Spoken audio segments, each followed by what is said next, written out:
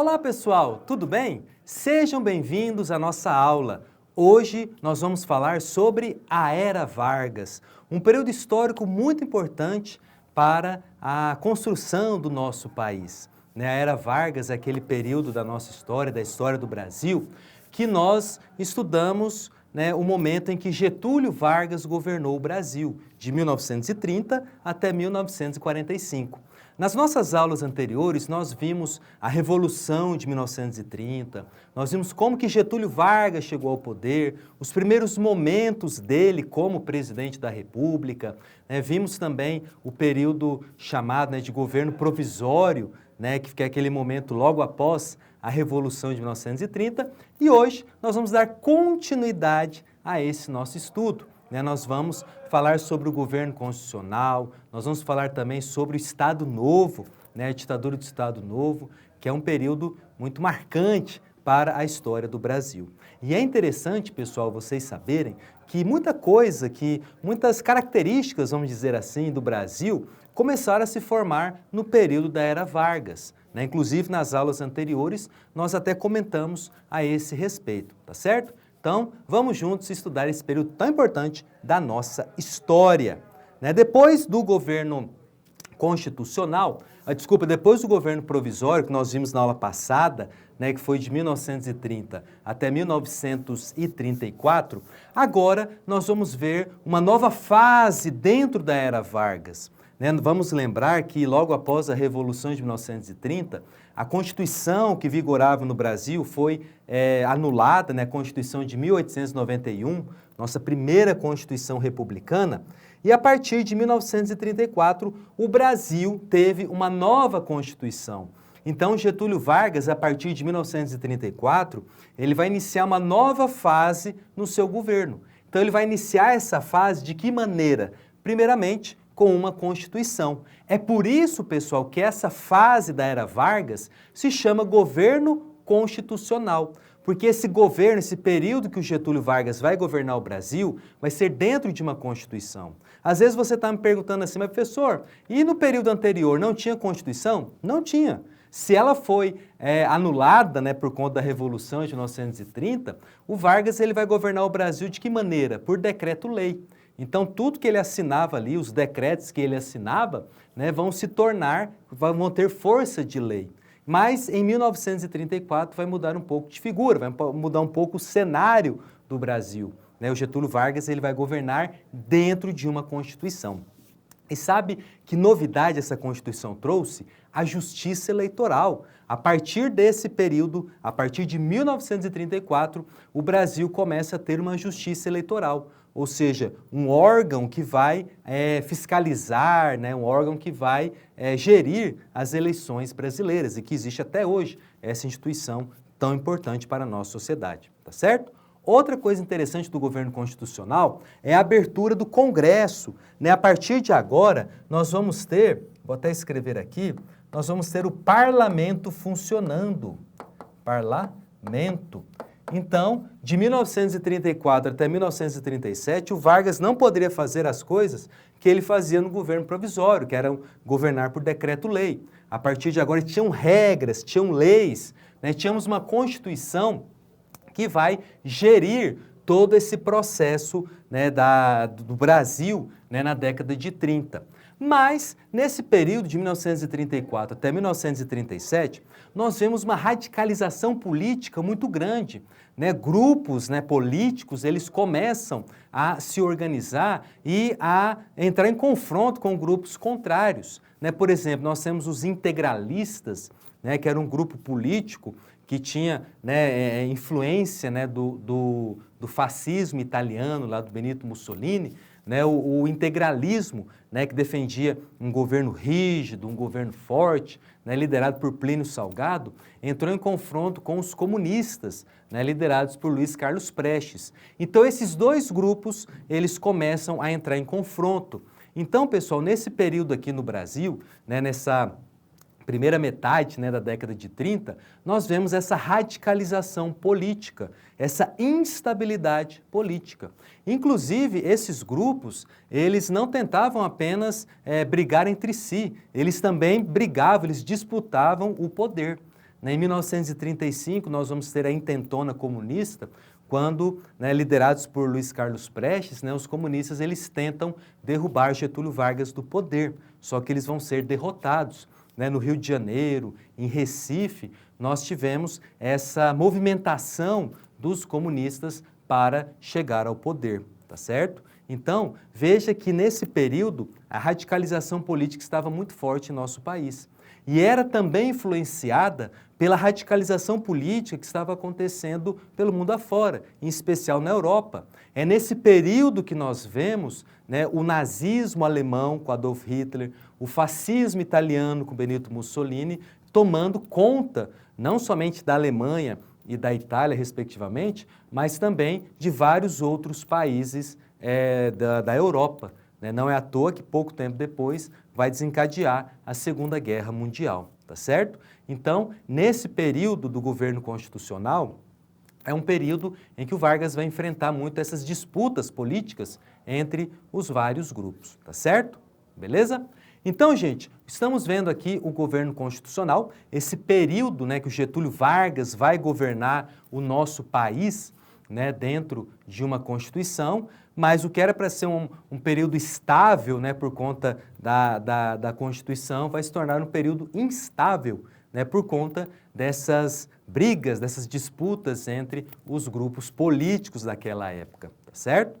Outra questão interessante, meu pessoal, que eu gostaria que vocês prestassem atenção, é a questão do golpe de 10 de novembro de 1937. Getúlio Vargas ele vai aproveitar essa radicalização política que estava em voga no país naquela época e vai dar um golpe de Estado. E qual era a justificativa disso? Ele vai dizer que essa radicalização política estava atrapalhando o governo, estava desestabilizando o governo. Então era preciso ter um governo forte, era preciso que o presidente da República, que era nada mais, nada menos do que Getúlio Vargas, esse que vocês estão vendo aí na foto à direita, que eu circulei aí de vermelho, ele vai dar esse golpe de Estado usando essa justificativa, de que era preciso que o governo brasileiro fosse forte, que era preciso que o governo brasileiro tivesse instrumentos mais rígidos, mais autoritários, para combater essa radicalização política. Porém, é interessante também a gente saber que um pouco antes do golpe do Estado Novo, nós tivemos uma outra justificativa, que vai ser a mais utilizada também pelo Getúlio Vargas, que é o Plano Cohen. O Plano Cohen, pessoal, era um plano que depois era um plano fajuto, O Plano Cohen dizia que os comunistas novamente tentariam dar um golpe de Estado e derrubar o Getúlio Vargas. Então, o Plano Cohen vai ser a principal justificativa do Getúlio Vargas para dar o golpe de Estado de 1937. Então veja, pessoal, que o governo constitucional foi um governo bem curto, foi uma fase bem curta dentro da era Vargas. Apesar de nós termos uma Constituição que garantia os direitos trabalhistas que o Getúlio Vargas já tinha implantado durante o governo provisório, garantir a justiça eleitoral, de voltar os três poderes funcionando no Brasil, a radicalização política ela vai se intensificar em nosso país. Não somente por questões de disputa de poder, mas também por conta das influências lá da Europa, das influências vindas do exterior. Nós temos o nazifascismo avançando, o comunismo também avançando depois da Revolução Russa, principalmente com Joseph Stalin, que ele vai começar aquele processo de expansão da influência soviética pelo mundo. E toda essa radicalização política aqui no Brasil vai desaguar nesse golpe de Estado. Então, Getúlio Vargas, ele vai, a partir de novembro de 1937, se tornar um presidente da República ditador. Ao longo da nossa história, nós tivemos duas ditaduras, essa ditadura do Estado Novo e a ditadura militar, que vai começar em 1964, tá certo? Então é interessante vocês perceberem isso, que a justificativa do Vargas para dar esse golpe de Estado era a radicalização política. Ele vai dizer que era preciso ter um governo forte, um governo autoritário, para que essa radicalização não desestabilizasse o país, tá certo? E com esse golpe de Estado, nós vamos ter uma nova fase, uma outra fase da Era Vargas. Inclusive, eu até falei para vocês na aula anterior que, como a Era Vargas ela é extensa, né, são 15 anos, então nós fazemos essa divisão por fases para você entender que que o Getúlio Vargas tanto ele se manteve no poder, o porquê que ele se manteve no poder, e também para você compreender os vários momentos dentro desse período histórico, tá certo? Então vocês estão vendo que foi um período intenso, né? Foi um período marcado por golpes, por tentativas, né, de tomadas de poder, né? Então o Brasil estava, né, instável nesse período, tá certo? E é nesse momento que nós vamos ter o Estado Novo, né, a ditadura do Estado Novo. Né, nós temos de 1937 até 1945, né, nós temos esse período em que o Getúlio Vargas terá amplos poderes para governar o Brasil. Primeiramente, nós temos uma nova Constituição. Pessoal, o Brasil teve várias constituições. Constituição de 1937. Então, pessoal, logo após que o Getúlio Vargas ele dá o golpe de Estado, né, logo após que dá início o Estado Novo, o Getúlio Vargas ele impõe uma nova Constituição. Essa Constituição vai fechar o Congresso Nacional, né, de novo, essa Constituição vai extinguir os partidos políticos e vai dar amplos poderes para o Getúlio Vargas. Então, de 1937 até 1945, o Brasil foi regido por uma Constituição que dava ao presidente da República, no caso, né, o Getúlio Vargas, amplos poderes. Então, Vargas vai ser, né, um governante com uma autoridade muito grande, né? Ele vai governar o Brasil de forma autoritária. Não teremos oposição, né? As oposições vão ser caladas, né? Não teremos liberdade de expressão também, né? A liberdade de expressão será tolhida, né, pelo governo, tá legal? Vamos ver aqui no slide mais algumas características do Estado Novo.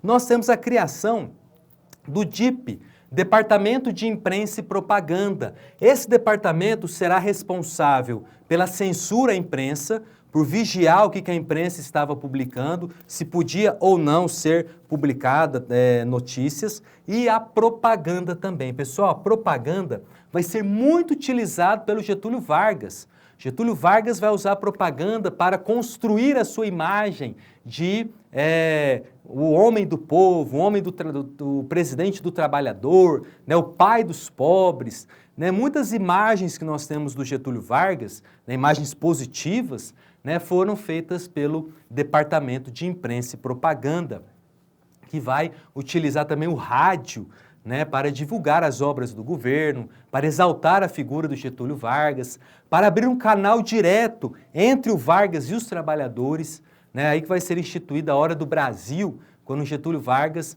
né, às 19 horas, ele falava, né, trabalhadores do Brasil, né, para, né, a classe operária, tá certo? Então veja que o DIP, né, o Departamento de Imprensa e Propaganda, vai ter um papel fundamental nessa criação da imagem do Getúlio Vargas como o pai dos pobres, como aquele que garantiu, né, os direitos trabalhistas para os trabalhadores brasileiros, tá certo?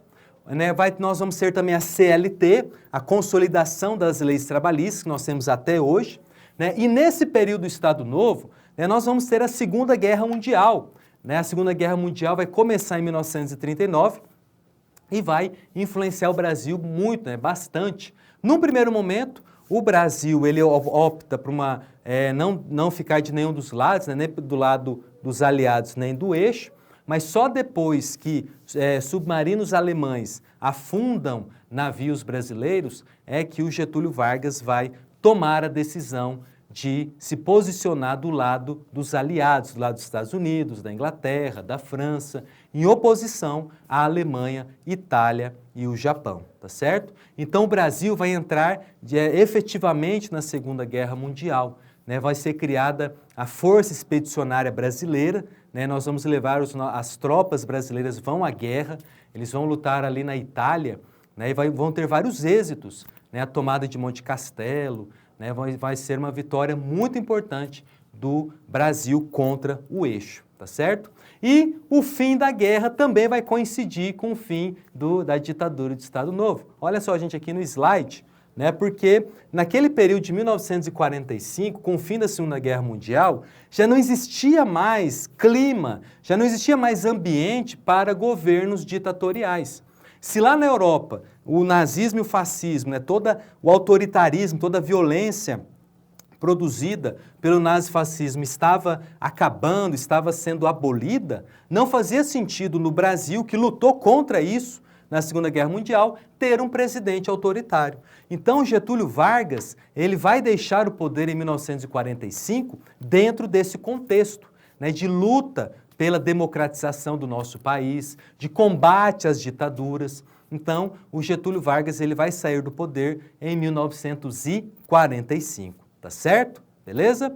Então, na aula de hoje, nós encerramos essa parte importante da nossa história, que foi o Estado Novo, né? Falamos do governo provisório, do governo constitucional e da ditadura do Estado Novo, tá certo? Então é isso aí, meus queridos. Aquele abraço, fique com Deus e até a próxima aula.